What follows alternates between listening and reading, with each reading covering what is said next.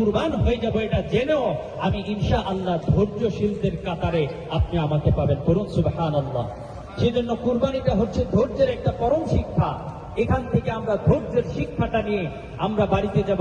আমার সারা জীবন ধৈর্যের মধ্যে, সবরের মাধ্যমে আমি অতিবাহিত করব। কারণ আল্লাহ রাব্বুল আলামিন বলছেন ইন্নাল্লাহা মাআস সাবিরিন, নিশ্চয়ই আল্লাহ ধৈর্যশীলদের সাথে আছেন।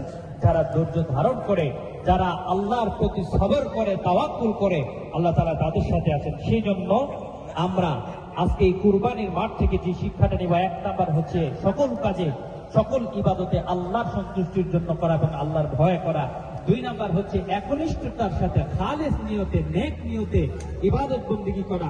তিন নাম্বার হচ্ছে আত্মত্যাগ করা, আমার সবচেয়ে উত্তম জিনিসটা আল্লাহ সুবহানাহু ওয়া তাআলার জন্য ব্যয় করা।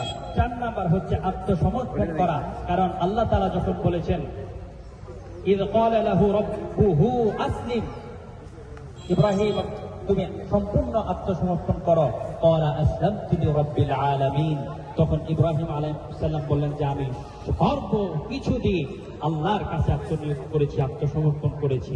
তো এই শিক্ষাটা নিয়ে আমরা ইনশাআল্লাহ এই মাঠ ত্যাগ করব। শেষ নাম্বার কথা হচ্ছে এই কুরবানি হচ্ছে সহমর্মিতার একটা মাস।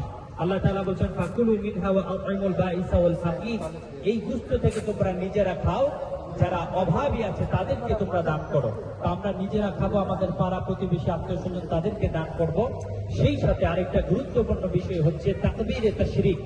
9 তারিখ থেকে শুরু হয়ে গেছে 30 তারিখ পর্যন্ত, মে মাসের 30 তারিখ পর্যন্ত ইনশাআল্লাহ আসর নামাজের আগ পর্যন্ত আমরা প্রত্যেক নামাজের